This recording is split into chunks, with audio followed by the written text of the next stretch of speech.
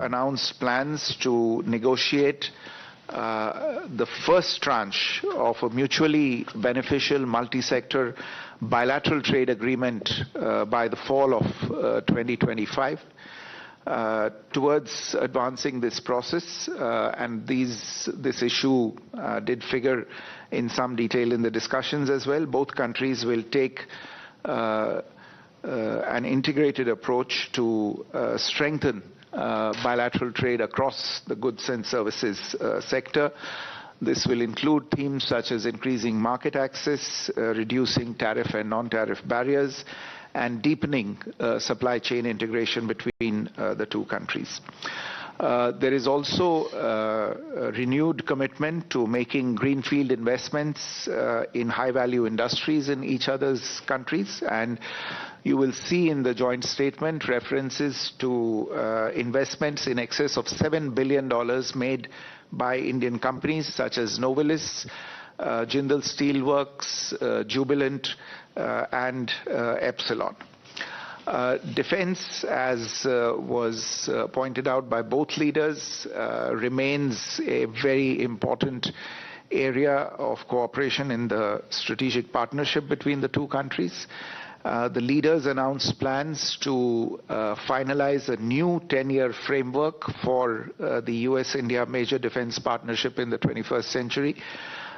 This is a framework that will run from 2025 to 2035 and is expected to be finalized later this year. They also agreed to move forward on ongoing defense procurement negotiations for a number of platforms, including land and air systems, as well as co-production agreements. There was also agreement to initiate discussions on the reciprocal defense procurement agreement.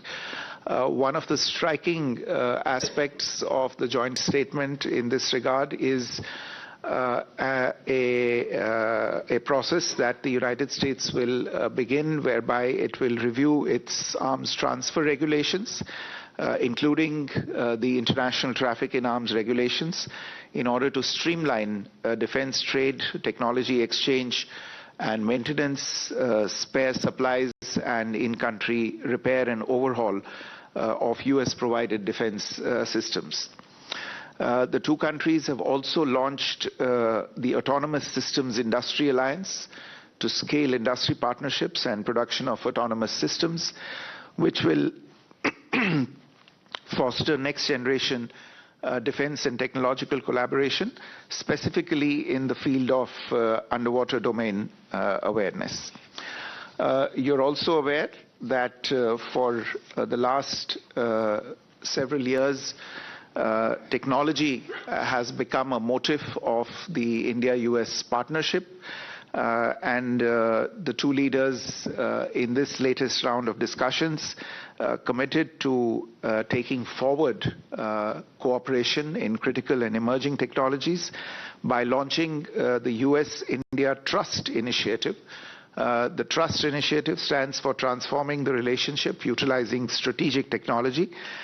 This initiative will catalyze collaboration among governments, academia, and the private sector to drive innovation in defense, artificial intelligence, semiconductors, quantum computing, biotechnology, energy, and space. Artificial intelligence is on everybody's mind. We just had the AI Action Summit in Paris, which the Prime Minister had co-chaired.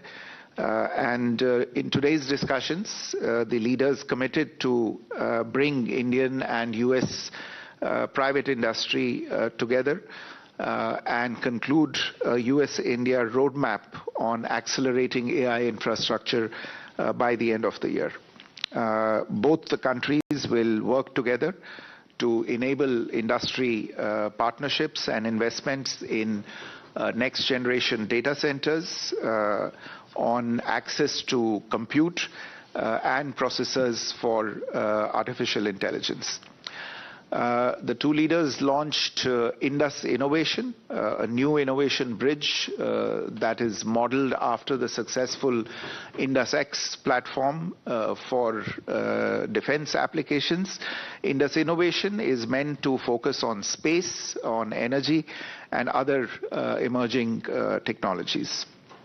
A new US-India cooperative program to recover and process critical minerals, a strategic mineral recovery initiative, has also been launched.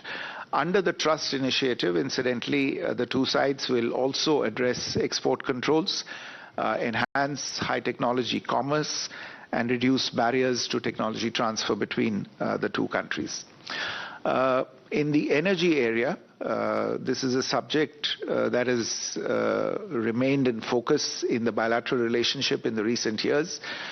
India is a significant buyer of US energy, and today's discussions covered a lot of ground on this particular subject.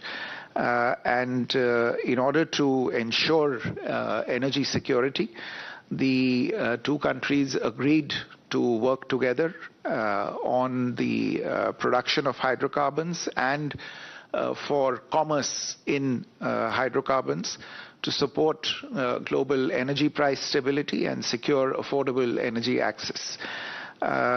In addition, there was agreement to realize the potential in the area of civil nuclear energy, building US-designed nuclear reactors in India, and taking forward that process also through large-scale localization as well as technology transfer.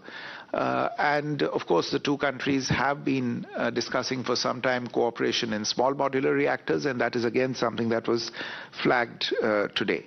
The obstacles in realizing this cooperation in previous years on account of some of the legal provisions that have remained in place in India have already begun to be addressed.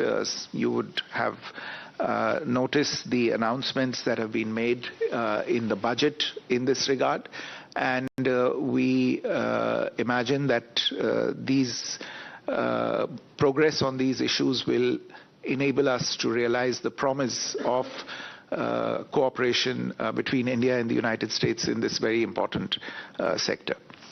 A new partnership has been launched between the US National Science Foundation and the brand new Indian Anusandhan, which is the National Research Foundation, for deepening research linkages in critical and emerging technologies. There's an MOU that was signed between the NSF and the ANRF just a couple of days back to take forward this cooperation. On the people-to-people front, finally, you're aware there are nearly 300,000 Indian students studying in the United States, and the contribution of these students, especially to the US economy, was acknowledged in the joint statement. The leaders agreed to strengthen collaboration between higher education institutions of the two countries, and India invited the United States to take advantage of the reforms in the Indian education sector to set up offshore campuses of premier educational institutions of the US in India. They also committed to streamline avenues for legal mobility of students and professionals, and facilitating short-term tourist and business travel, while at the same time committing to aggressively addressing and tackling illegal immigration and human trafficking.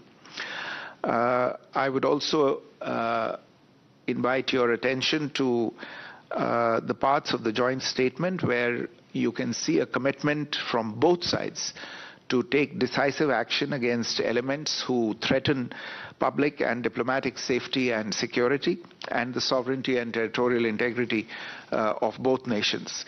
There's a commitment to strengthening law enforcement cooperation in this regard, and this is especially significant from our perspective, given some events that have taken place. Last point relates to the deepening strategic convergences between the two countries on regional and global issues, and this is something that came through clearly in the discussions today between the Prime Minister and President Trump. Whether it is the shared vision for the Quad, India will be hosting the Quad summit later this year, and the Prime Minister has extended an invitation to President Trump for that, or the commitment to increasing our collaboration with partners in West Asia, or in enhancing cooperation in the Indian Ocean region. The two leaders agreed to convene partners under the IMEC initiative as well as the I2U2 construct within the next 6 months to announce new initiatives. They also launched the Indian Ocean Strategic Venture, a new bilateral forum to advance coordinated investments in connectivity and commerce in this region. All in all, I would say that though short, this was an extremely substantive and productive visit. It allowed two leaders who know each other well, who are comfortable with each other, to renew their contacts from President Trump's first term, and to commit themselves to greater things in the relationship. The mood in the room today and the overall environment of the meetings today lent great confidence to both sides that the relationship is on a solid footing, and there is much to achieve in the coming months and years. Let me stop there and take a few questions. We have time just for a few questions, so please bear it with us. Yoshita. Yeah. Thank you. Yoshita Singh with Press Trust of India. On the issue of the deportation of illegal immigrants, was that issue raised the way they were brought to India in a military aircraft and shackled? And what was the Trump administration response on that? And also on Tahavur Rana, is there a time frame or timeline by when he will be extradited to India? Thank you. Mr. Sukhpal, yeah, please. Sukhpal Singh Dhanoa. If you don't mind, can I ask you in Hindi? It will be easy for my audience to understand what I am going to ask. Go ahead. Thank you so much. Sir, मेरा question नहीं है. This is a concern for both the countries.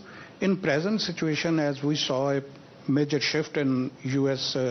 immigration policy, तो India ने सबसे पहले welcome किया कि अगर वो हमारे लोगों को डिपोर्ट करते हैं जो इलीगल आए हैं यहाँ, तो उनको हम वापस लेने के लिए तैयार हैं. इन दिस सिचुएशन अगर कभी आने वाले समय में, क्योंकि अब तो मीटिंग हो चुकी है और भी बातें चलती रहेंगी, अगर हम अमेरिका में देखें तो यहाँ जो फार्मर्स हैं वो ज़्यादातर कैलिफोर्निया में सिख फार्मर है, इंडियन फार्मर्स हैं, और जो यहाँ की ट्रकिंग इंडस्ट्री है वो डोमिनेट करती है बाय सिख्स और पंजाबीज. तो इन दोनों जगहों पे प्रेजेंट सिचुएशन में बहुत ज़रूरत होगी अमेरिका को, जो अगर वहाँ से इंडिया से हम लीगल वे से नहीं भेज सकते तो सीजनल लेबर जो है वहाँ से trucking industry and related to farmers, तो वहाँ से अगर ये पॉसिबल हो सके दोनों देश आपस में बात करें, that will be win win situation for both the countries. Thank you so much. Parikshit. Foreign Secretary, we saw how President Trump said that U.S. is going to increase military sales to India by billions of dollars this year, also paving the way for sale of F-35s to India eventually. Have we agreed to purchase F-35s from America? Vishnu, here. Good evening, Foreign Secretary. This is Vishnu from South Asian Herald. What is the expected timeline for bilateral trade agreements between the two administrations that can pave a way to reduce the trade deficit and promote a fair and expanded trade partnership? The second question is, given the ongoing frictions on trade and tariffs, do you believe the Quad, I2U2 and IMEC will serve as a unifying factor between the both administrations? Thank you. So I think we can take this. I think let's collect all the questions and Okay. I'll do it in one. Okay. Please. So I'm Shubhendu from DD India. How is India to interpret President Trump's statement on India's neighborhood, Bangladesh? Okay. Question here, yeah, please.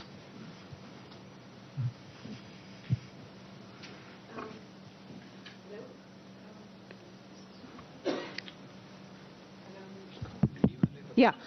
Well, my question. Just hang on. Yeah. Can you repeat your Bangladesh question? So how is India to interpret President Trump's statement on the situation in Bangladesh? He said that I'll leave it to the Prime Minister. Yes, ma'am. How is India going to respond to President Trump's proposal that he could mediate between India and China over territorial disputes and skirmishes? Sriram. President Trump spoke about reciprocal tariffs at the press conference. Is it your understanding that these will be on hold until the trade deal with the U.S. is negotiated? That's question one. And secondly, he mentioned reducing the deficit through energy purchases. Is India treating this literally, taking this literally, or as an encouragement to purchase more energy from the United States? Thank you. Geeta.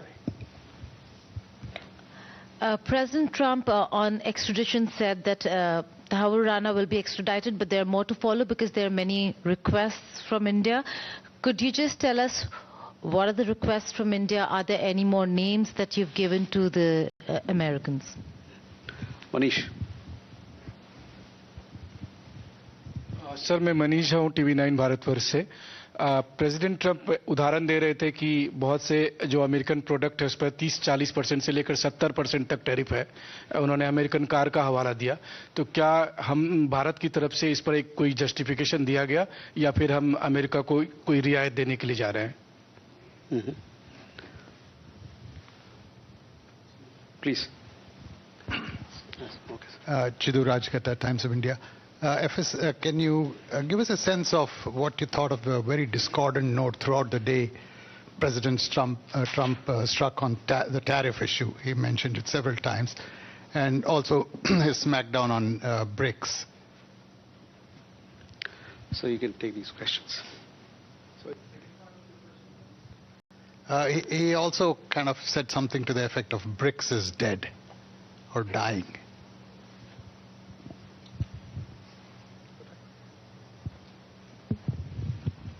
Let me try and address. I think some of the questions and concerns are common, but insofar as the issue of illegal immigration is concerned, yes, it did figure during the discussions today, and the Prime Minister said, as I think he mentioned during the press conference as well, and during the discussions also he said that India has made its stand very clear that if there are illegal immigrants proven to be Indian citizens in any country abroad, we will take them back.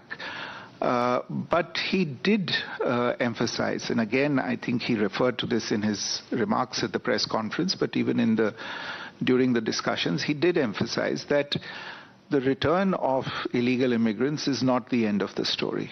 There is an ecosystem that thrives on this racket and that promotes and enables this racket. And it is the responsibility of both countries to do something about this. And in that, he sought the cooperation of the United States in finding out more details about these rackets and, if need be, through institutional cooperation between the law enforcement authorities and intelligence organizations of the two countries to actually try and do something about these ecosystems that enable this particular phenomenon. So this is something that the two sides will continue to discuss. On Tahawur Rana, I think I addressed this in an earlier press conference as well. This is an issue on which the U.S. authorities have taken very clear decisions. I think you've seen the president announce it himself from the White House podium, the decision of the United States to extradite him. It's reflected there in the joint statement as well. We are working on the logistics of this, his surrender and extradition to India. There are a few final steps to be completed. The two sides are in touch on this particular issue. आपका जो प्रश्न था America की जो immigration policy है उसको लेके और जो यहाँ पे एक इंडस्ट्री है ट्रकिंग वगैरह को लेके उसमें जो क्या उसमें सीजनल लेबर इस्तेमाल किया जा सकता है. देखिए, जहाँ तक यहाँ पे ये लेबर किस तरह आ सकता है और इनकी इमिग्रेशन पॉलिसी के साथ कैसे फिट करता है, ये तो अमेरिका की नीतियों का सवाल है. तो वो अगर ऐसी नीति बनाए और हमारे पास ये गुंजाइश हो ऐसे लोगों को भेजने की, तो उसमें कोई आपत्ति नहीं होनी चाहिए, क्योंकि एक तरह से ये लीगल मोबिलिटी होगी. और हमने हमेशा कहा है कि हम लीगल मोबिलिटी के पक्ष में हैं, हम इलीगल मोबिलिटी के खिलाफ हैं.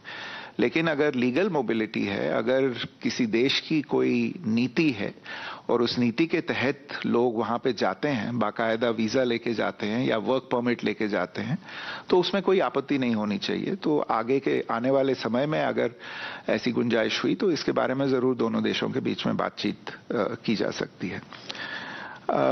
Parikshit, your question on military sales to India, I think. Look, there is a process by which platforms are acquired. You are well aware of that process. There is, in most cases, a request for proposals that is floated. There are responses to those.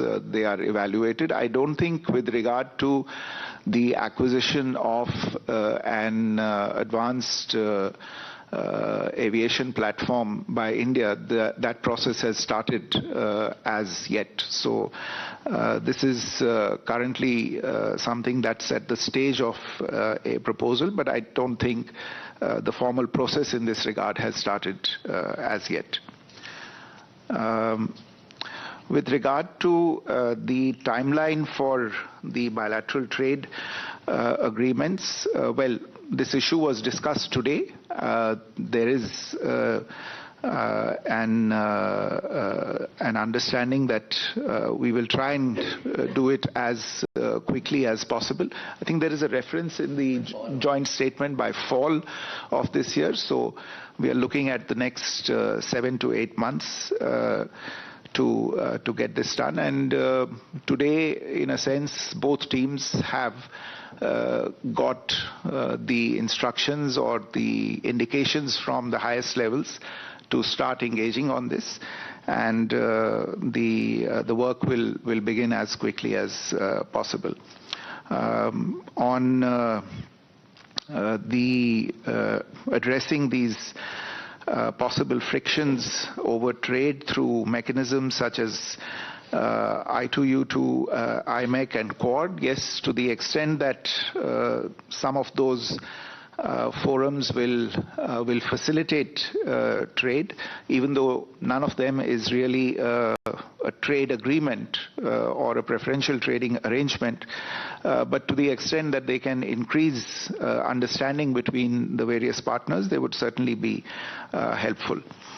On what we make of the statement on Bangladesh, well, just to share with you that this was a subject that was discussed between the two leaders. And the Prime Minister shared his views and indeed his concerns with regard to recent developments in Bangladesh and how India sees the situation. I think we hope that the situation in Bangladesh will also move forward in a direction where we can pursue relations in a constructive and stable way with them. But there are concerns about that situation, and the Prime Minister shared those views with President Trump.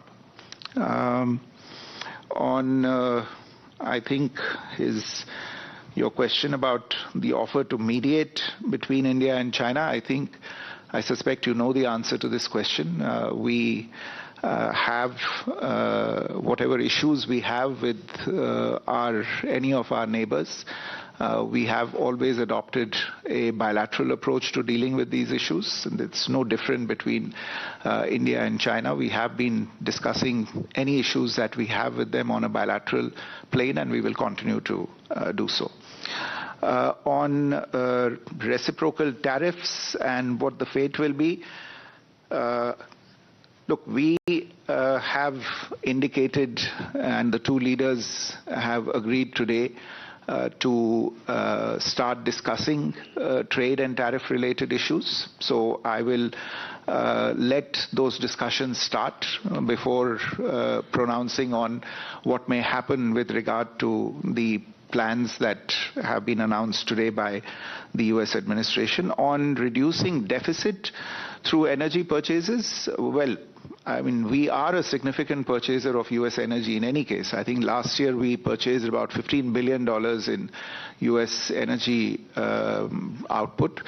There is a good chance that this figure will go up to as much as $25 billion in the near future. And so therefore we are a significant producer, and today's discussions did focus considerably on the possibility of more energy purchases. And it is entirely possible that these increased energy purchases will contribute to impacting the deficit between the two countries as well. On extradition, yes, there are other requests as well. I won't go into the names immediately, but there are other requests that are registered with the US authorities. I think the other questions were also essentially on tariffs, and I think Chidu's question on tariffs being a discordant note. Look, I would say that, we've been hearing about tariffs for quite some time. And in today's discussion between the two sides, this issue came up quite normally in the talks between the two leaders. They both had their perspectives, but what's more remarkable is, or what's worth looking at, is the fact that we have a way forward on this issue in terms of the undertaking to discuss or start discussions on a bilateral trading agreement. And this may actually be a very good opportunity to take forward something and conclude something which was actually foreseen in the first Trump administration. There was, you would recall, a trade deal that was on the anvil at that time. For various reasons, it did not go forward at that time. So therefore, in the current environment, we see these developments as an opportunity to take this issue forward and come to a mutually beneficial understanding about these particular issues. I think that about takes care of all the questions. I literally have a plane to catch, therefore we'll have to run. Please, sorry. No, I think there's a flight to catch, so we'll close the press conference today. Thank you. Thank you very much. So that was the MEA briefing on the meeting of President Trump with Prime Minister Modi, and taking a host of questions from the timeline for Tawahur Rana's extradition. The MEA saying that the US authorities have already taken a very clear decision. The president announced it himself from the White House podium, and it is reflected in the joint statement as well. And the two sides are working on the logistics of it, saying very clearly that it's only the few final steps that need to be taken. In fact, one of the biggest takeaways from this meeting of Prime Minister Modi and President Trump is the extradition of Tawahur Rana. Apart from that, illegal immigration also came up in the discussion. A grand joint address, a reaffirmation of ties and a strong message to the world. So Prime Minister Modi and the US President Donald Trump stood side by side, showcasing Indo-US relations at an all-time high.